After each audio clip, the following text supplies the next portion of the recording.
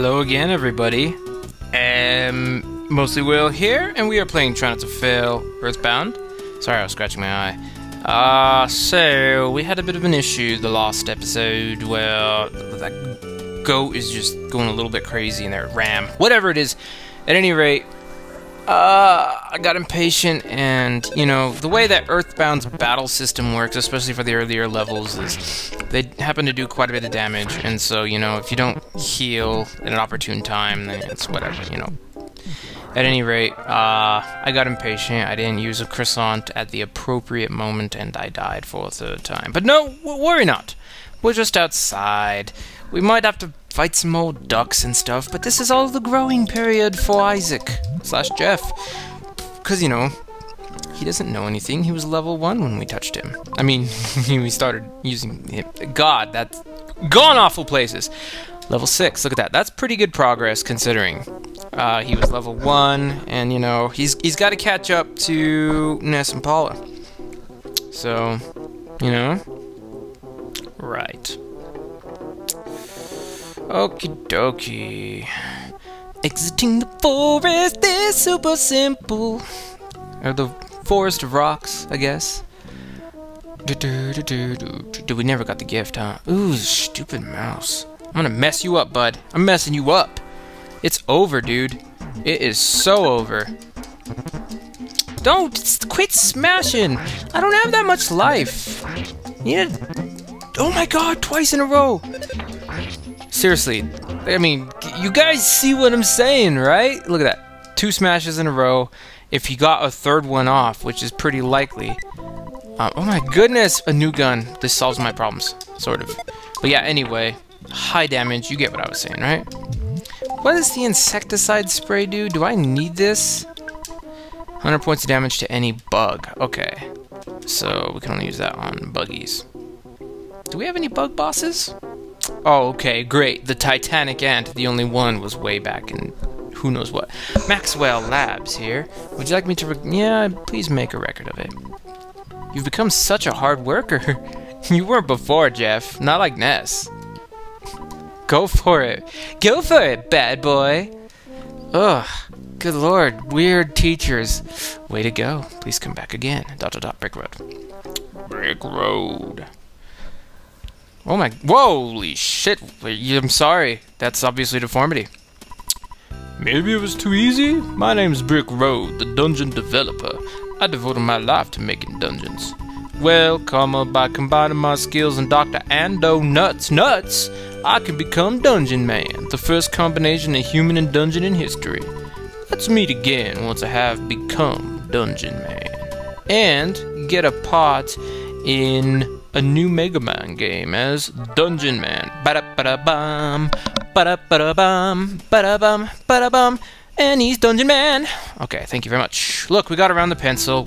Just goes to show you don't need a pencil eraser to get around a big pencil statue. So, that's kind of cool. Okay, we gotta fight some sluggies and stuff really quick. Ooh, wow, 49 damage. There we go. Became team. Alright. Ooh, level up. Not too bad. Sorry, texting and talking at the same time. Talented, right? No.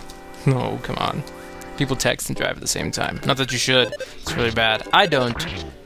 Oh my goodness. I actually have a story for you guys. So on my birthday, I was hanging out with my cousin and brother, which is Eric, or Raxic, you know, played Kirby with him, and my brother Andrew, which I haven't played anything with yet. And I was just taking Eric home or whatever, you know, and I was going like 55. Okay, the boulevard that I was on has a speed limit of like 55 for the whole way, and all of a sudden, like literally within a quarter mile, it drops to 45 and then into 40 over 1/4 mile. So it was like really ridiculous, and I was just driving. It was like midnight. It wasn't that big of a deal, and like nobody else was out. And I mean, guys, I'm going 55 miles an hour. It's not fast on a blank boulevard road where there aren't stoplights. I wasn't going fast, and I actually got pulled over by the officer. So I was like, oh, holy crap, this is crazy. You know, I was like, I've only had one other speeding ticket. I'm usually really good about not getting tickets. And I was like, oh my goodness. And so the officer came, and you know, he was actually really, really nice though, because he was like, and he says, hey, is there any particular reason for the rush tonight, boys?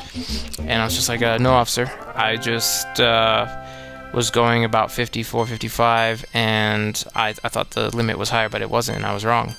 And he was like, well, I understand. And he goes, you gotta understand though too that the speed limit drops really quick over here. And then he points, you know, to the area next to it. He says, and around that bend it even drops down to 35. So he said, you just gotta be careful. And he's like, but license and registration. So I was like, well, he's not gonna be nice. And you know, I mean, I guess I can't expect him to. I was still going like 10 over the limit. So you know, no, I don't want to throw anything away for the cookie. Oh my goodness, I messed it up. No, I don't want to. Just yes, okay. Sorry, my bad.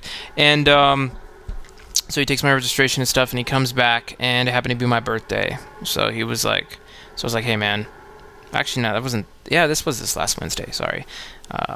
And he was really cool. He was just like, I see it's your birthday, and he says like, normally we gotta ticket everybody who's going 10 over the limit. And he says, but it's a quiet night, and you know, it's your birthday, so consider this a present from the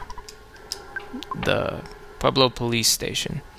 And I was like, well, thanks, you know. I mean, he let me off scot-free. I got really lucky like that. And actually, I've got a lot of those kinds of stories, which is, it's funny, but I've had quite a bit of luck. And I don't know if it's because I look so harmless or like, you know, stupid, but I've always driven like really brightly colored, rather quick cars, you know. I mean, there was this one time when I had my FDRX7, the twin turbo one. You know, I mean, it's ridiculously loud, and you can hear the turbos spooling and blow off valves shooting off like from goodness everywhere. You know, you can hear it when it used to go around the neighborhood. And I actually, oh, hold on, I gotta use the packet of gum here. It was on New Year's Eve. I was with my cousin, and it wasn't Eric, it was actually my other cousin, LJ. And yeah, I don't know, it was weird. I was just driving, and then I happened to drop it into second and stuff just like that, just to, I don't know, have fun, you know, just because the turbo used to spool really nicely. Because on those cars, the first turbo is for the low end, it's much smaller, but it kind of gives you that torque that you need to get going.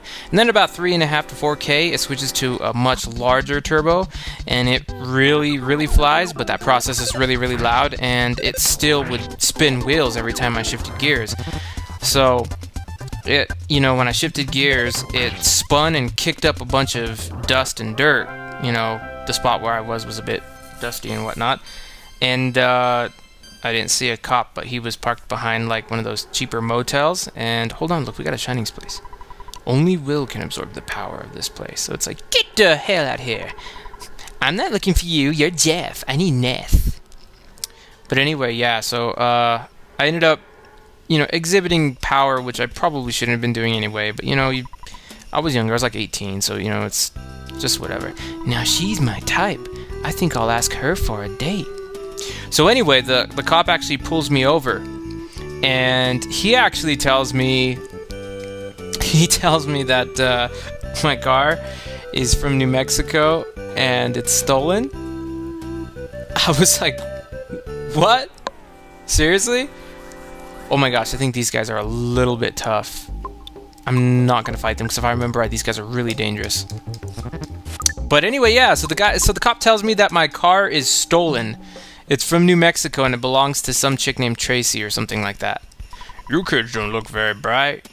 Let me explain. These stones are making a pattern. It's called Stonehenge. UFOs often visit. Why is that possessive? You must have seen it on TV or read about it in the tabloids. Yes, that Stonehenge. just in case, you know, the viewers or the game players were unclear on that. Anyway, yeah, so he actually pulls me over, gives me a ticket and stuff like that, but, you know, it ended up being his fault because he didn't look at the license plate and type it in correctly. But yeah, so it looked pretty bad with 2 guys in Pueblo when the car was supposed to be in New Mexico, and it was like coming up as stolen. So anyway, long story short, that was like supposed to be my first ticket, but the next day, it was like a young cop too, and he called me up and he said, you know what, and he said, if you could provide me proof of insurance and stuff like that, then, you know, I'll tear this ticket up. So I like left from work to go like give him my insurance card and stuff, and he ended up being like one of the coolest cops I ever met, and he just let me off. So I mean, I've had good luck with cops and stuff like that. Anyway, Miss Brick Road, yield the dungeon refer blah blah blah blah. So my son? Oh, I can't believe it. It's soap opera time. You're Isaac/Jeff, my son. It's been maybe 10 years since I last saw you. I'm so glad you're such a healthy boy. Those glasses look good on you. How about a donut? Well, I was only offering. I'd also like a donut right now. Oh, okay. Have you already checked out the Stonehenge? No. Well, at least I asked. Okay. By the way, why are you here? Oh, I see. That girl named Sky must have sensed I was here. Okay, I'll try and help you out. I'm trying to make a phase disorder that can connect 2 points in space and time. It's still incomplete. I'll let you use another invention I call the Sky Runner. It's a little bit old, but it'll certainly help. When you're bored, always listen for the message that comes from your destination. You'll get there for sure if you listen to the message. The round machine over there is the Sky Runner. What do you think? Isn't it neat? Get in. Let's get together again in 10 years or so. What? What? Dad? You're a great dad. You're apparently a great scientist, but you're a really great dad. You know that? Broken pipe. Damn it, Isaac. You gotta quit stocking up on them stupid cookies. Alright, cool. So, I think we have everything we need, girls and guys. E equals MC2. Aww, Isaac Einstein. Just endo nuts.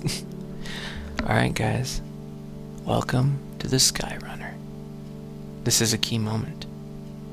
We have to go find our friends and rescue them. How do I get in? Oh, do I just go on the side? Dad? This is the Sky Runner, right?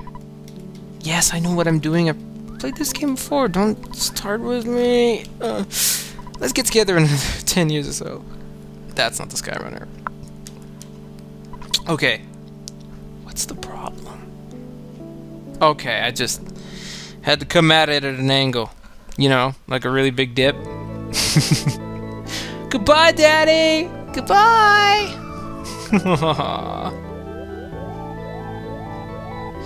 Alright. And we lift off, friends. No, it's not a UFO. It's kinda cool though, right? They see me rolling. I'm flying. I don't know where Winters is actually on the map. It's obviously in the UK where the Stonehenge is. Whoa, check that out! It's Forside, the big city! Ah, deals everywhere. Back in the sky. Man, Jeff's kind of a flashy pilot, isn't he? He kind of goes down, swoops in among the civilians, just taking out grandmas, and somehow Teddy from Tucson is there. Oh, we almost said, oh, gifts! Oh my goodness, it's the sandy, dusty dune desert. It's not sandy. It's dusty dune desert, I think, right? We'll find out. No worries. It's coming up. It's coming up. There's much to be done, though. But our friend Jeff, he keeps dipping below the clouds, looking for his destination. Listen to your heart, Jeff. And listen to the girl who keeps talking to you in your dreams. Yes, it's creepy, but you're not supposed to worry about that. Just get there. She'll handle the rest. Oh, there it is! There it is! There it is! You get the signal! Flying over the mere mortals. They're gonna be freaked out by the UFO sighting. It's gonna go on UFO hunters, and that one guy's gonna talk about it. Therefore, aliens. Ding! Come on, come on. Zone in on it, buddy. Or you know it's in this city. Just land. What's the problem? Beep-beep. Hey, look, it's our professor. The unassuming local guy. Okay, okay. Floating Earthbound's taking a while, isn't it? That cinematic. Alright. What's this? I think we have a lock. We have a lock! Oh! It stopped! It just rams itself into the floor! Whoa, my goodness. Man, oh man, did that ever scare me? The Skyrunner. I guess it took a little damage while landing. Oh well. You don't have to explain a thing. I'm Isaac/Jeff. I came because you called me. I'm not very strong, really nearsighted, kind of shy, and I tend to be a little reckless. This is just the way I am. I hope you want me to be your friend, okay? I've never said no, I just want to see what... So why did you call me? Are you just making fun of me? This is just the way I am. I hope you want me to be... That's so messed up. Why do you say no? Dun dun dun dun dun dun dun. We did it, guys! The third member of our team has joined us. We got a Jeff.